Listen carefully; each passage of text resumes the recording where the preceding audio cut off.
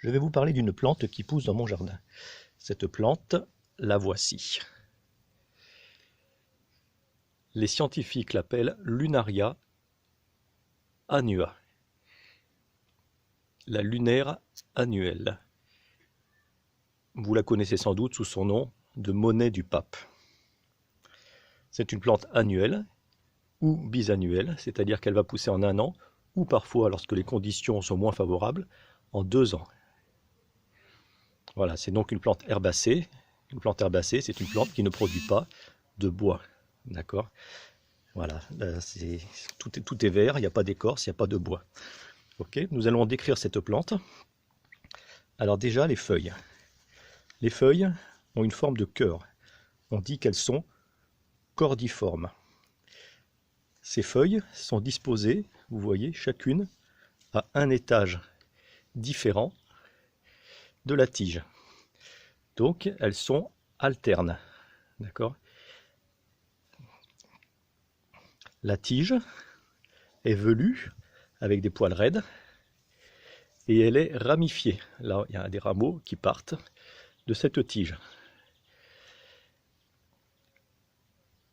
Les fleurs, enfin, sont disposées de manière terminale sur les tiges. Elles sont disposées en grappes. Vous voyez? Donc chaque fleur ici va rejoindre la grappe avec un pédicelle. Donc c'est une petite tige entre la fleur et la tige principale. D'accord? Alors ces fleurs sont tout à fait caractéristiques de la plante et de la famille. Ces fleurs, vous voyez, sont constituées de 4 pétales égaux, c'est-à-dire de même taille, violets et veinés de violet foncé. Donc les pétales par 4 et en croix sont caractéristiques de la famille des brassicacées. Donc la monnaie du pape, que nous avons ici, est une plante de la famille des brassicacées. Enfin, ses fruits. Alors ces fruits pour l'instant ne sont pas très développés. Voilà, ces fruits sont ici. Là. Voilà, ils sont plats. Comme ça, vous voyez, ils sont translucides. Et on devine par transparence les graines qui commencent à grandir. Alors, en fait, ces fruits correspondent à l'ovaire de la fleur. L'ovaire qui normalement est ici, dessous. Voilà. Cet ovaire, après fécondation, va grossir, se transformer et produire des graines. Voilà. Alors, on devine. Donc là, bien sûr, c'est le fruit. Et cette petite tige-là, au bout, ça correspond au style. Le style, c'est une partie de l'organe féminin de la fleur, qu'on appelle le pistil. Et le style, donc, au bout du style, c'est là que vont se déposer les grains de pollen sur une partie qu'on appelle les stigmates. D'accord? Alors, ce fruit s'appelle une silique. C'est un fruit caractéristique de la famille des brassicacées. Alors, je vous ai fait un petit schéma de silique. Voilà. Donc ça c'est le silique caractéristique, la silique caractéristique des brassicacées, donc et surtout de la monnaie du pape. Donc un fruit qui va devenir rond, on dit orbiculaire, voilà, avec ici le style, ici le pédoncule qui va rejoindre la tige. D'accord? Alors je vous ai même fait un petit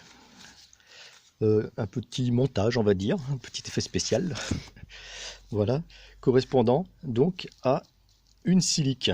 Une silique, en fait, c'est constitué de trois couches, de 3 parois, 2 parois externes, 1 et 2, et une paroi interne sur lesquelles il y a les graines. Voilà, 1, 2, 3. Et ces 2 parois externes vont tomber. Il va rester que la paroi interne qui est translucide avec les graines accrochées qui vont tomber à leur tour. Voilà. Et donc, ce fruit sec, en tout cas la paroi restante sur la tige,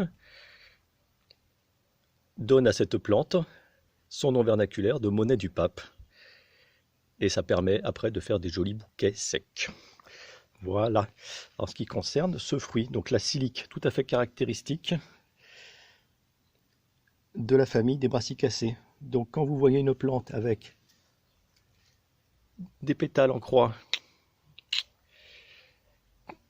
et des fruits secs qui perdent à maturité deux valves pour ne garder qu'une paroi translucide, vous êtes en présence d'une plante de la famille des brassicacées. Alors je vais vous rappeler rapidement donc la classification de cette espèce. Donc l'espèce c'est Lunaria annua. Lunaria, ça vient effectivement de la forme du fruit, en forme de lune. Le genre c'est Lunaria. Alors le genre c'est Lunaria parce qu'en fait il va regrouper deux espèces, je vais vous le montrer, qui se ressemblent. Et la famille c'est Brassicacées. Brassicacées.